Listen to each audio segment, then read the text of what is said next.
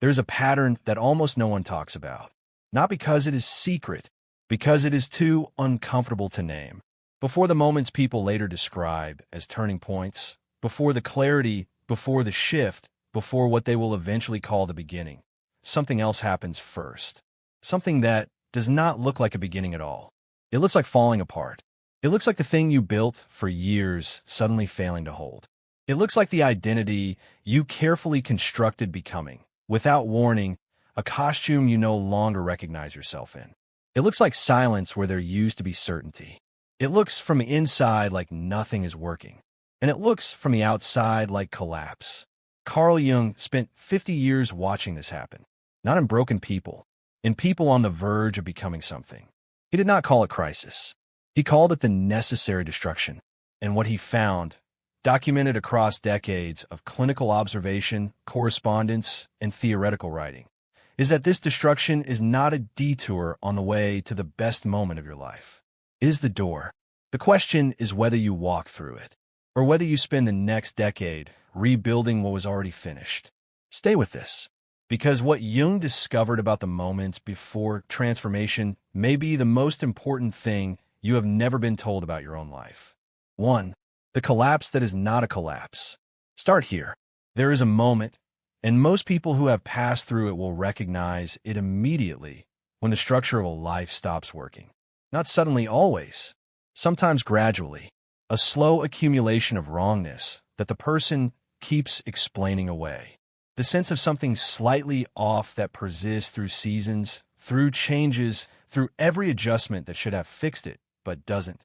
The awareness, arriving in small doses, that the life being lived is not quite the life being inhabited, that there is a gap between the doing and the being, and the gap is widening. Sometimes rapidly. A single event that removes the scaffolding and reveals that the scaffolding was all there was. A diagnosis, a departure, a failure so public it cannot be reframed. A morning when the alarm goes off and the usual mechanism for getting up and performing the day simply does not engage. Either way, the experience from the inside is the same. The things that used to provide meaning no longer do. The relationships that used to feel essential begin to feel like arrangements. The work that was supposed to matter has become mechanical. The version of yourself you have been presenting to the world starts to feel like a performance with no audience worth performing for. Most people, at this point, reach for a diagnosis. They call it burnout. They call it depression. They call it a rough patch. They call it something with a treatment plan, something that will respond to the right intervention. Something that can be fixed and returned to the previous configuration. Jung would have said, you're looking at this exactly backwards. The collapse is not a malfunction. The collapse is a message. He called it enantiodromia, the ancient Greek term for the moment when something has been pushed so far in one direction that it spontaneously reverses.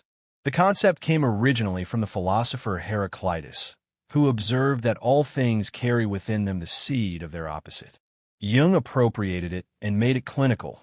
When the tension between what a life has become and what a person actually is becomes too great to maintain, the structure gives way.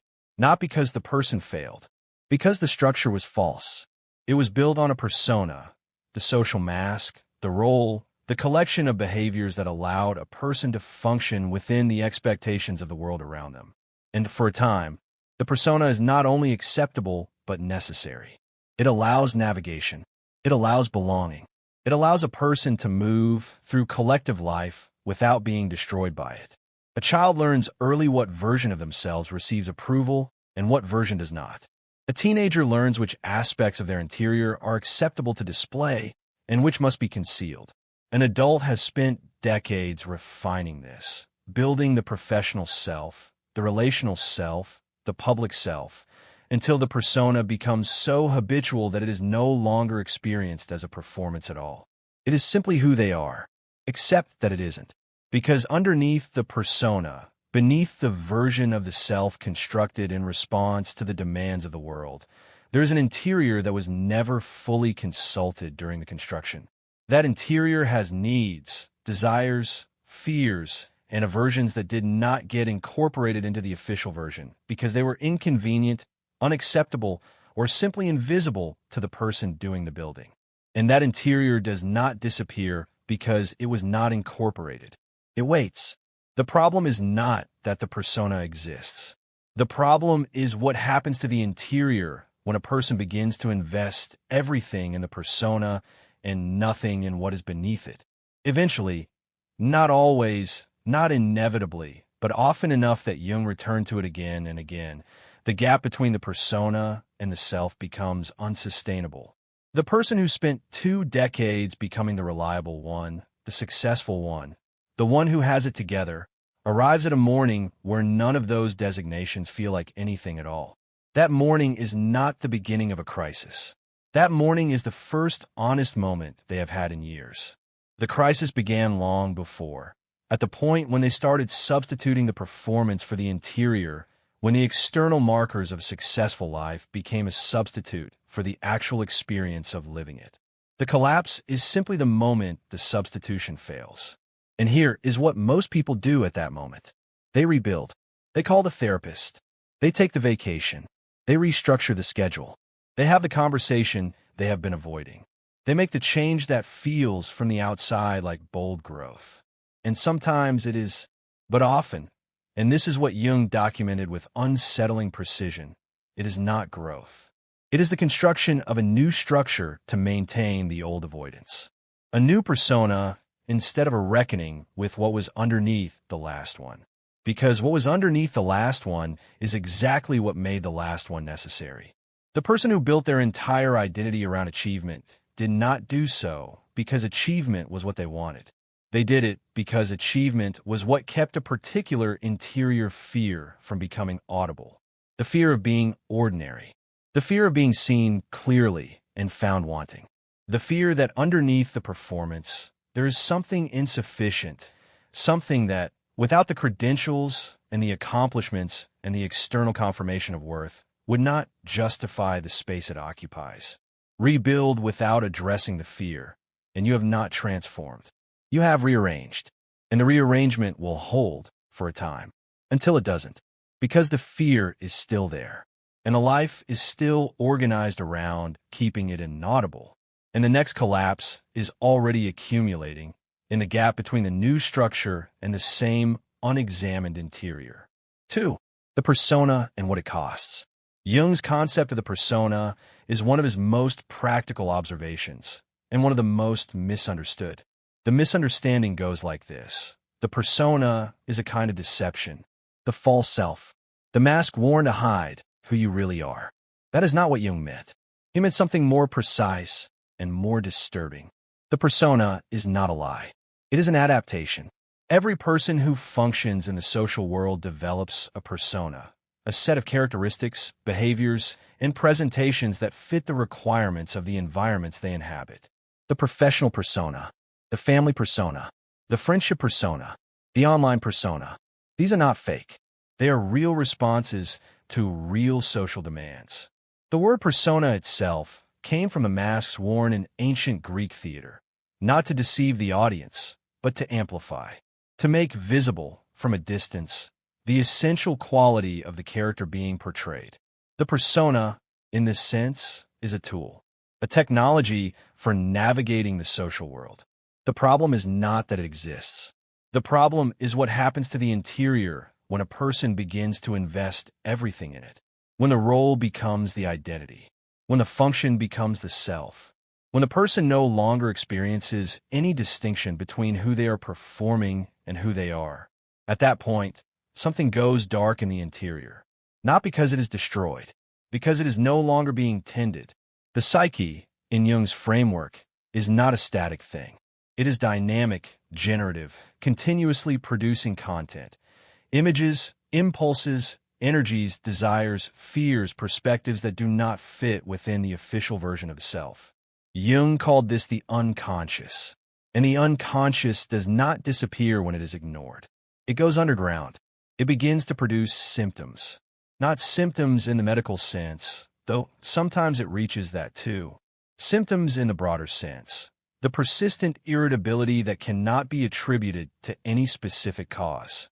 The dreams that are too vivid and too strange to be dismissed. The sense, underneath the correct performance of a successful life, that something is deeply wrong. The inexplicable exhaustion that follows interactions that should be energizing. The boredom that descends in moments that should feel meaningful. The specific flatness of a life that has everything it was supposed to have and feels, despite that, like nothing in particular. These are not malfunctions. They are communications. The unconscious is trying to introduce into awareness something that the conscious identity has refused to accommodate. Jung used the image of a river. The persona is the visible surface, ordered, navigable, reflecting the sky above it. The unconscious is the current beneath, moving in its own direction, carrying what has been submerged, exerting pressure on everything above even when it cannot be seen. You can manage the surface for a very long time, but the current does not stop, and eventually, something from the depths surfaces.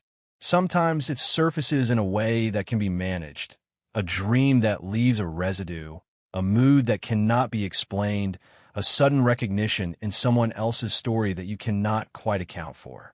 A book that falls open to a page that seems to address something you did not know you were asking. A conversation that touches something you had forgotten you were carrying. And sometimes it surfaces in a way that cannot be managed at all. A marriage that has felt stable for 15 years suddenly feeling like a stranger's life. A career that was supposed to be the answer revealing itself as the question you were running from. A body that has been cooperative for decades, developing a language of its own. A relationship that felt like home, beginning to feel like a confinement, so slow it was only now becoming visible. Jung called these autonomous complexes clusters of psychic material that have accumulated enough energy in the unconscious to begin operating independently, intruding into consciousness, disrupting the official version of the self. They're not enemies.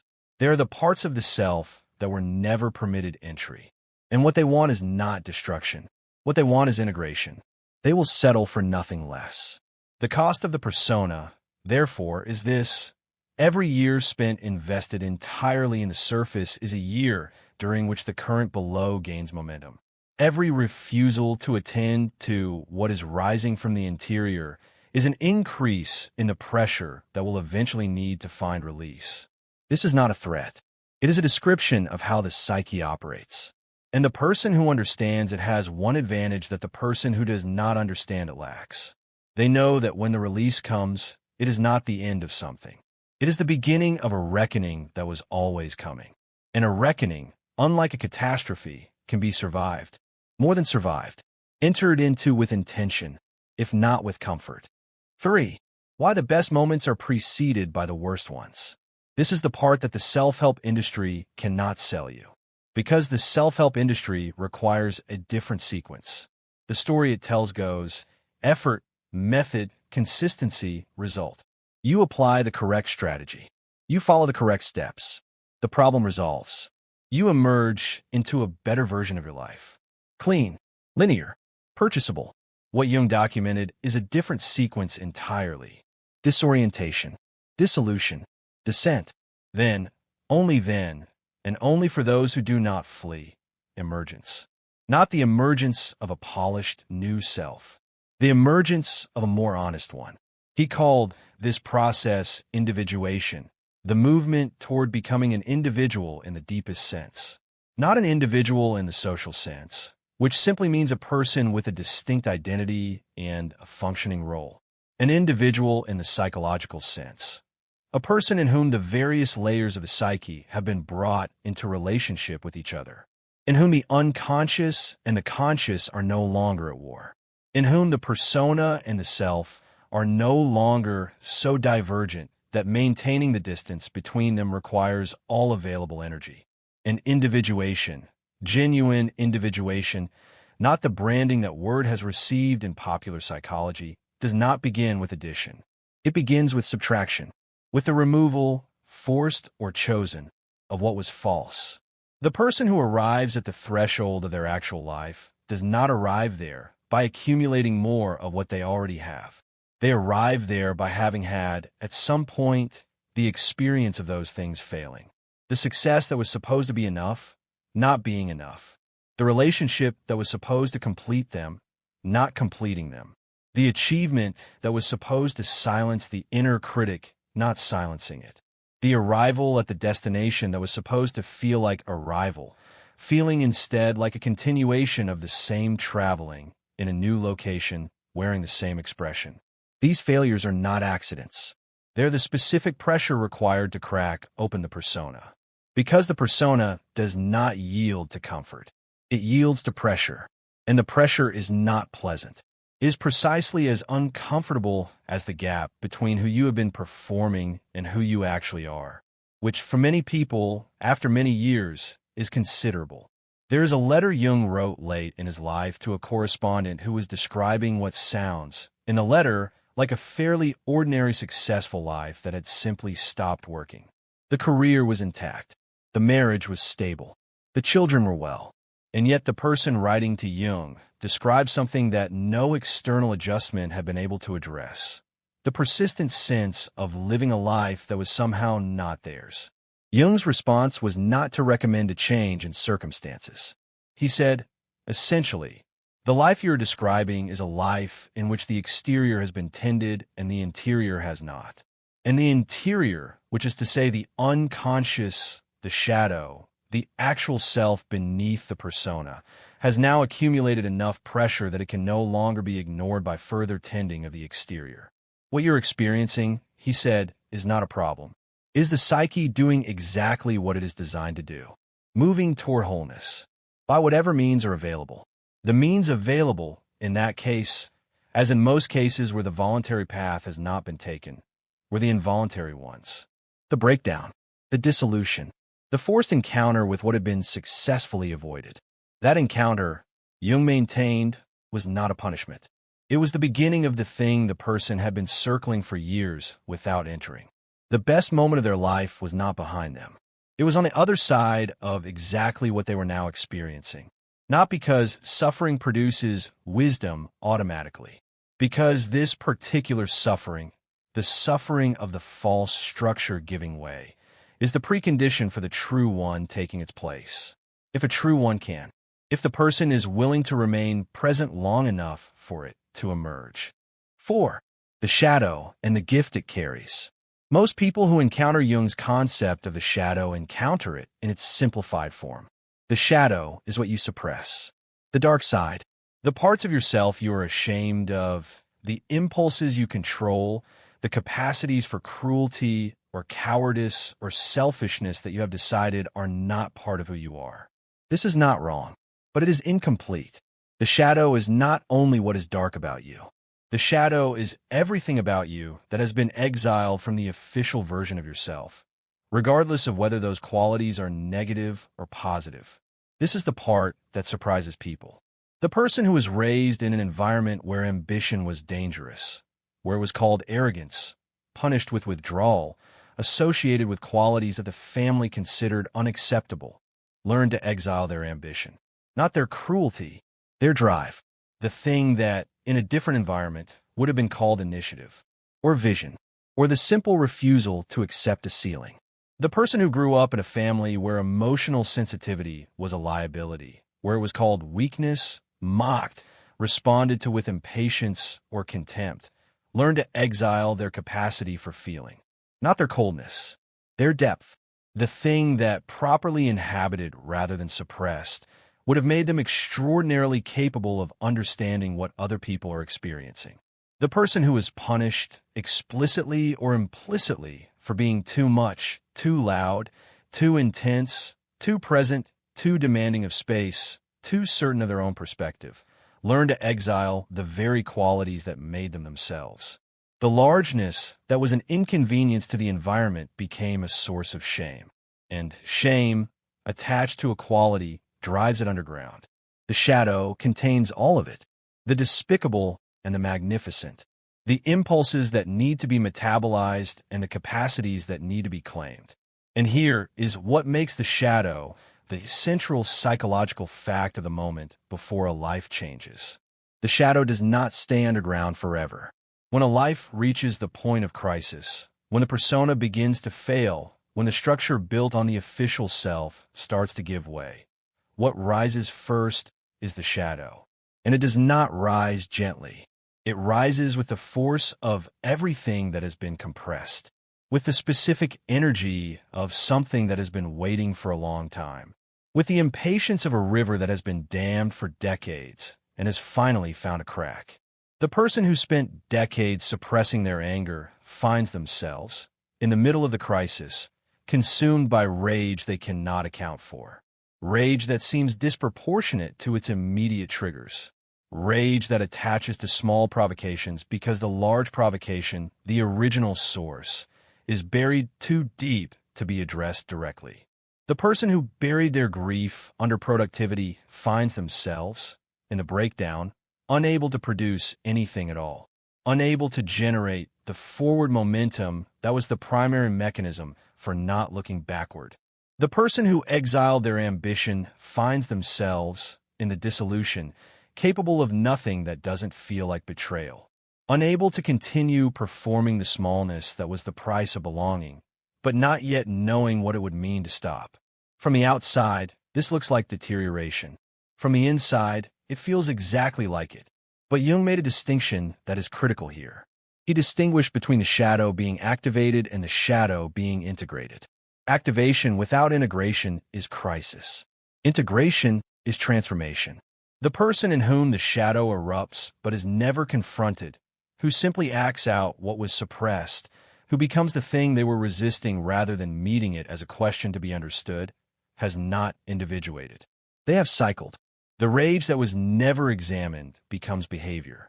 The grief that was never metabolized becomes depression in its most static form. The ambition that was never integrated either implodes into paralysis or erupts into something reckless. The person who stays with the shadow, who does not flee from the rage into a new performance of calm, who does not bury the grief under a new layer of movement, who looks at what has surfaced and asks, genuinely, where did you come from? What have you been carrying? What part of me have you been keeping alive in the dark? That person is doing something entirely different. They are beginning to know themselves. And what they discover, almost always, is this. The thing they have been most afraid of in themselves is not what they thought it was.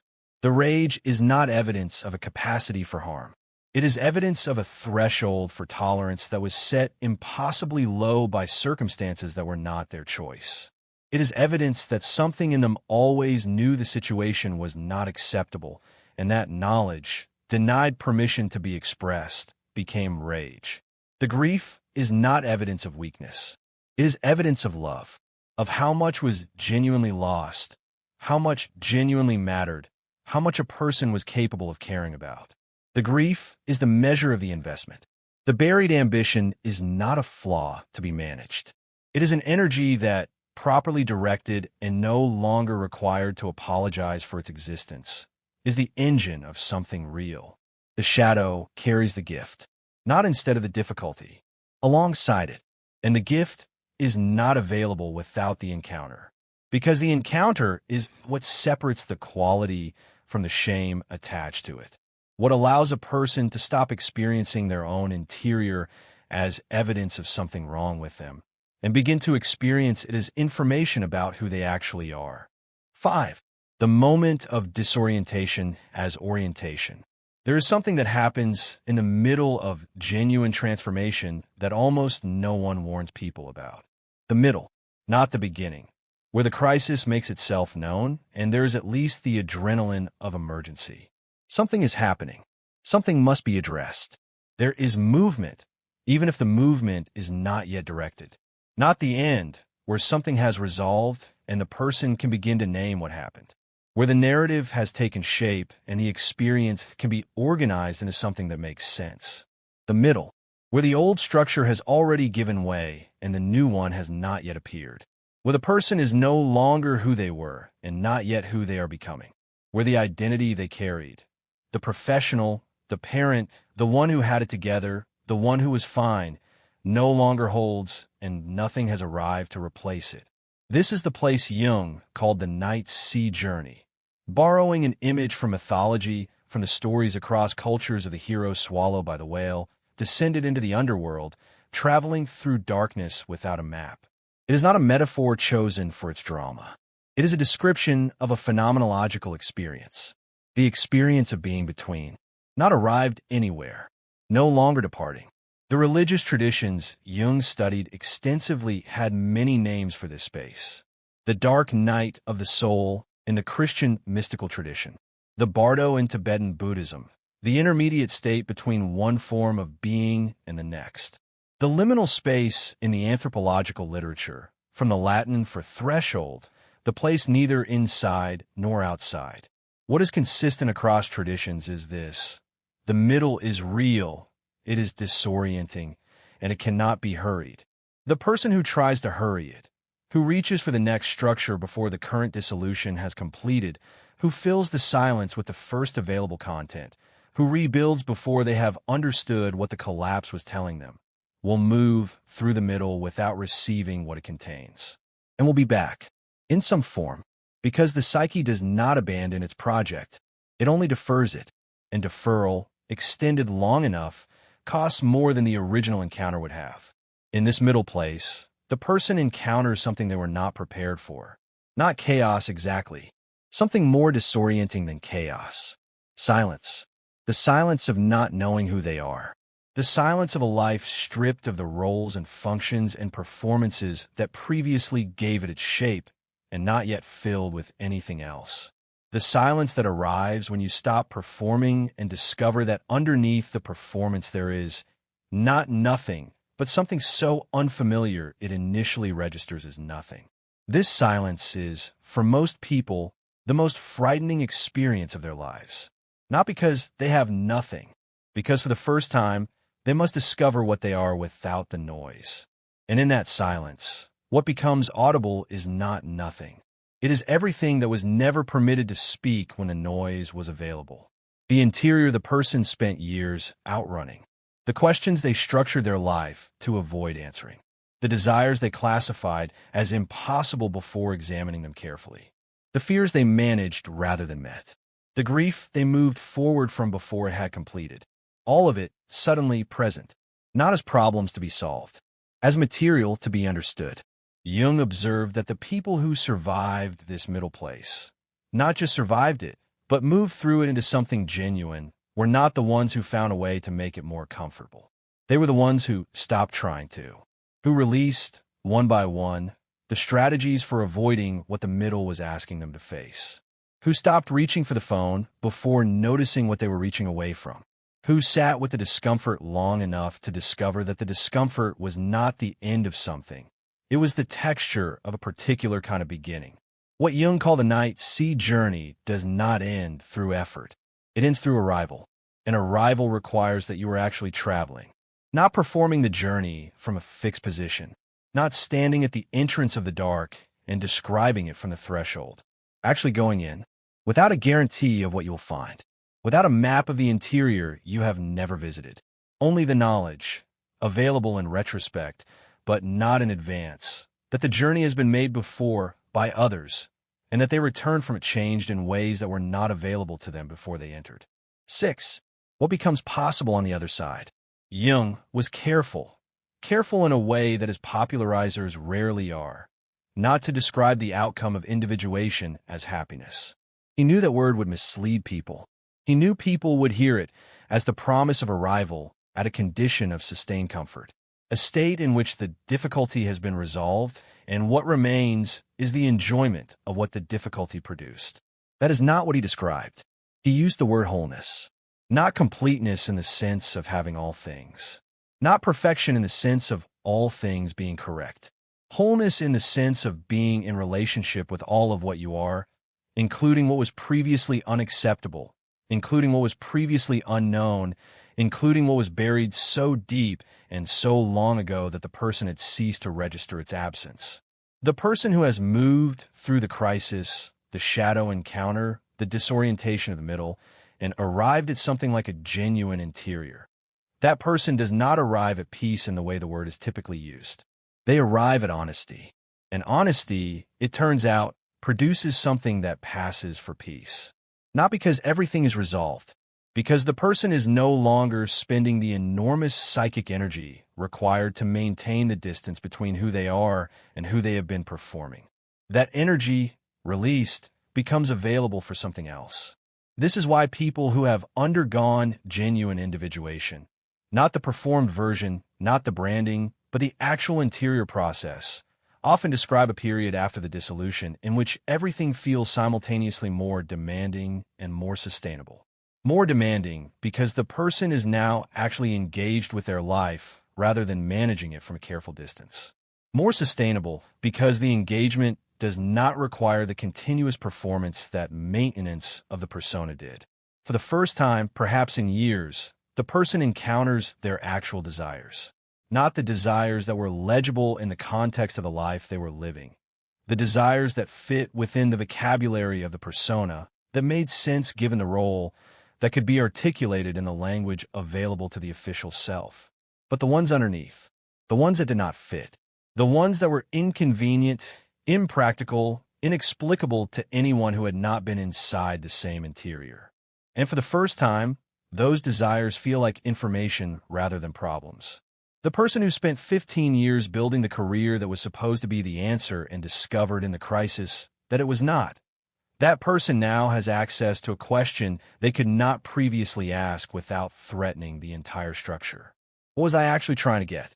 Not the career, not the status, not the external confirmation of value. Underneath all of that, what was the original need? And is there a way to meet that need that does not require the performance? This is the question that becomes available after the structure fails. Before it fails, the structure itself forecloses the question, because to ask it is to threaten the structure, and the structure feels, when you're inside it, like your life. After it fails, after the persona has given way, after the shadow has been encountered, after the middle has been inhabited, the question becomes not only askable but urgent. And the answers, when they come, are specific. Not the generic self-help answers. Be authentic, follow your passion, live your truth. Empty vessels that can be filled with any content at all. Specific answers, rooted in the actual interior of an actual person.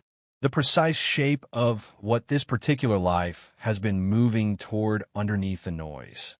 That specificity is the gift. Not the only gift, but the one that makes the others possible.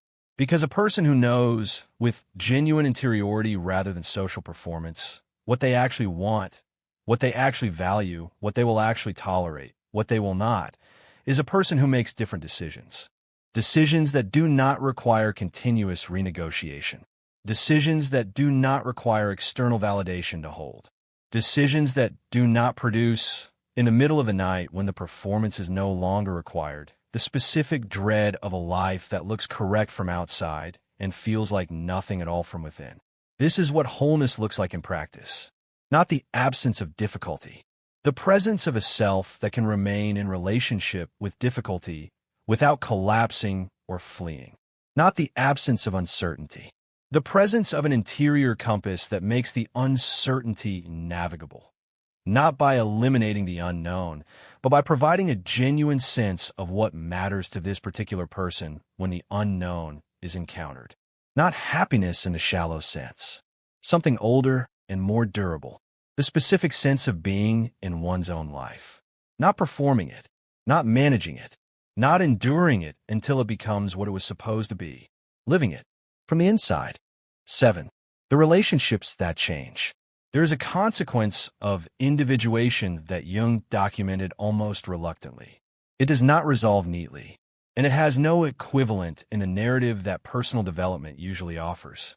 When a person genuinely changes, not rearranges, not optimizes, but actually transforms through the encounter with their own interior, the relationships that surrounded the previous version of themselves do not automatically accommodate the new one.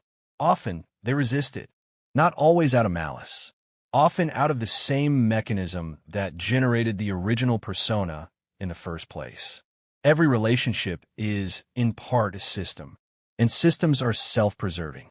The person who occupied the role of the capable one, the stable one, the one who holds things together, that role was not simply a personal choice. It was a function within a larger arrangement. Other people organized themselves around it. They relied on it, took comfort in it, and more subtly, required it. Required it in the sense that the arrangement had been calibrated to it. The dynamic between two people, or within a family, or within a professional environment, had incorporated that role as a structural element. When the person occupying that role changes, when the crisis cracks the persona and the individual begins to emerge, the system experiences the change as a threat. Not because the person has become dangerous, because the person has become unpredictable. They're no longer operating according to the script. They're no longer available to perform the function the arrangement required. They are making decisions from a place that the system cannot read, cannot anticipate, cannot manage. And the system, which means the people within it, will respond. Sometimes with concern, which is the most generous response, and sometimes the most manipulative, depending on whether the concern is about the person or about the vacancy their transformation has created in the arrangement. Sometimes with anger, which is at least honest about the fact that something is being lost, even if it misidentifies what is being lost and who is responsible for the loss. Sometimes with the particular social pressure that takes the form of "you've changed, I don't recognize you anymore. You used to be different," which is accurate. The observation is correct. The question it implies, that the change is a problem to be corrected, is what requires examination. Yes, they have changed. That is accurate. The question is whether change is a problem. And this is where Jung's work becomes genuinely difficult to absorb. He did not promise that individuation would improve your relationships. He did not promise that becoming yourself would make you easier to love, easier to be around, easier to organize a social life around. He observed that the opposite was often initially true. The individuated person, the person who has moved through the encounter with the shadow, through the disorientation of the middle, into some genuine contact with their own interior, becomes simultaneously harder to hold in the old configurations and more capable of something that was not previously available. Genuine presence, not the performance of connection, not the management of what the other person sees, not the careful maintenance of an image that will continue to be acceptable, but actual presence, the experience of being with another person without the intervening layer of the persona, without the energy expenditure of continuous image management, without the subtle transaction that most social connection involves. I will give you the version of me that keeps you comfortable if you give me the belonging I need. That transaction ends when the person no longer needs the belonging in the way they used to, because they have, for the first time, their own interior to inhabit. And from that interior, connection is possible that was not previously available. Not because the person is now superior in some way, but because they're no longer using the other person as a mirror for their unresolved interior, as a distraction from the silence they could not tolerate, as a confirmation that they exist. They know they exist. They have been in the silence and come back. And from that knowledge, the encounter with another person is no longer a transaction. It is something closer to what connection was supposed to be.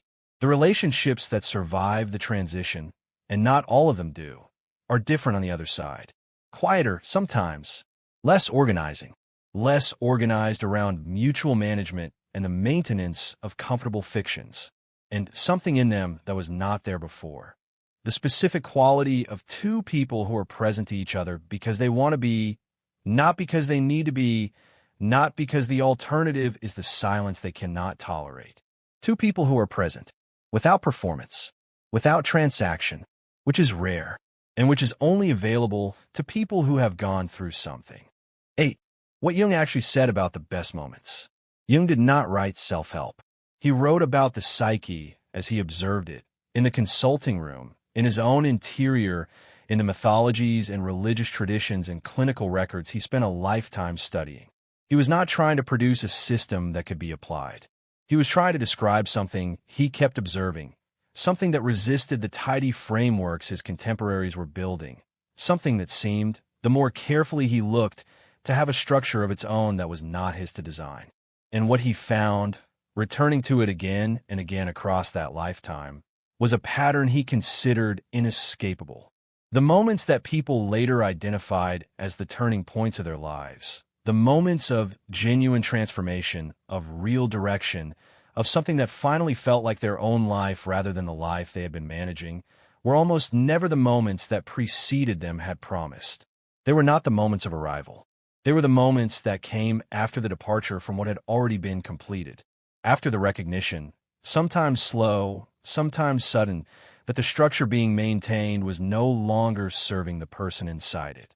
After the grief of that recognition, after the anger, after the specific disorientation of not knowing what comes next, after the shadow had surfaced and been at least partially encountered, after the middle had been inhabited long enough to hear something true.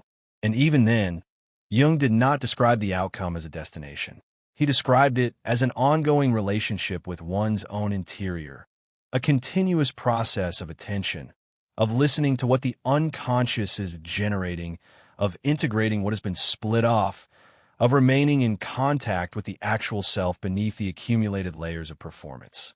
He called a lifetime's work, not because it was supposed to be unpleasant, because it was genuinely the work of a lifetime. Not a project with a completion date, not a process with a final stage, not a journey with a destination you arrive at and from which you do not depart. A relationship with the self, the whole self, the conscious and the unconscious, the persona and the shadow, the official version and the version that has been living underground. The person who engages it does not arrive somewhere and stop. They become someone who is in a different relationship to their own experience, more porous to what is actually happening, less defended against what does not fit the official narrative, more capable of remaining present with difficulty without immediately moving to resolve it, more willing to sit in the not yet knowing that precedes genuine understanding, more comfortable over time with the uncertainty that is the actual texture of a life genuinely lived rather than carefully managed. And what this produces, not as a reward, not as a return on investment, but as a natural consequence of that relationship with one's own interior, is a different quality of life. Not easier, more real, not better by the metrics of the persona, the achievement, the approval, the external confirmation that the performance is being received. Better by the metrics of the actual person, who was always there, who had always had something to say, who had simply been waiting with the specific patience of things that cannot go anywhere else for the noise to stop being loud enough to drown them out. 9. The question you have been avoiding. By this point, something may be recognizable, not as theory, as experience. There is something in your own life, perhaps dormant, perhaps pressing, perhaps already in the early stages of the dissolution described here, that you have been managing rather than meeting. A structure that has become, without your quite noticing it, the substitute for a reckoning. A performance that has been functioning effectively enough as the avoidance of a question you have not been willing to ask. A role, at work, in a relationship, in a family, in the identity you carry in the world, that has been receiving the investment that was meant for your interior. Perhaps you know exactly what it is. Perhaps it is the thing that came to mind in the first paragraph of this video and has been sitting at the edge of your attention for the past 20 minutes, neither acknowledged nor dismissed. Perhaps it is less specific than that. More of a texture, a temperature, a persistent sense of something not quite right that you have been successfully explaining away. Either way, the question Jung would ask, and asked of himself as much as of anyone, is not, what needs to be fixed? It is, what are you not yet willing to see? Not because willingness immediately produces the capacity, but because the question itself begins something.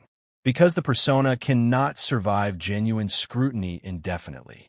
Not because scrutiny destroys, but because scrutiny introduces light into spaces that were maintained by darkness.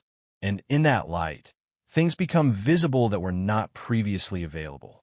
Not all at once, not comfortably, not in a sequence that can be managed, but progressively, accumulating, building over time into a picture that has always been there underneath the official version.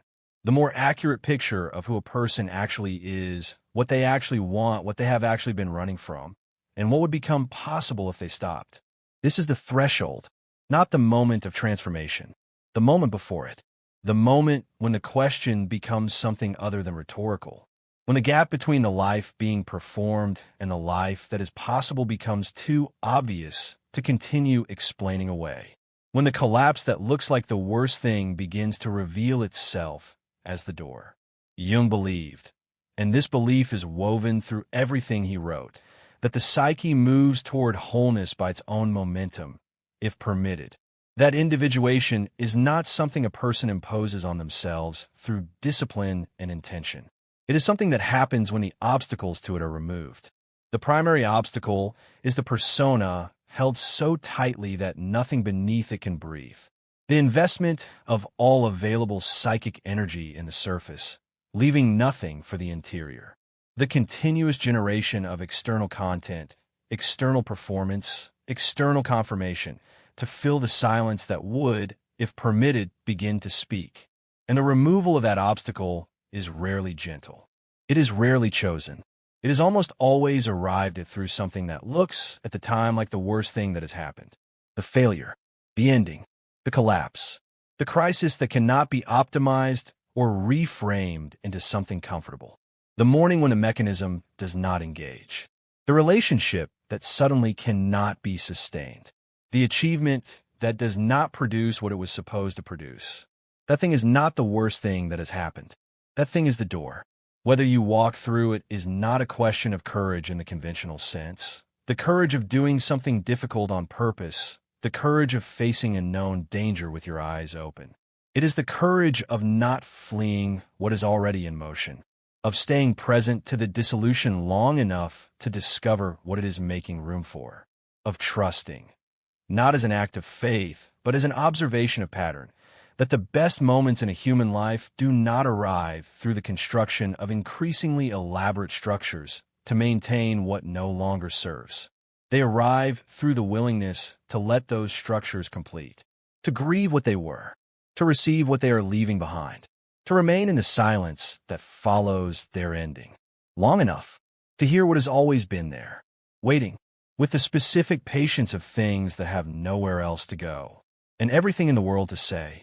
If something in this reached a place you don't usually let things reach, sit with that, not to analyze it, just to notice it.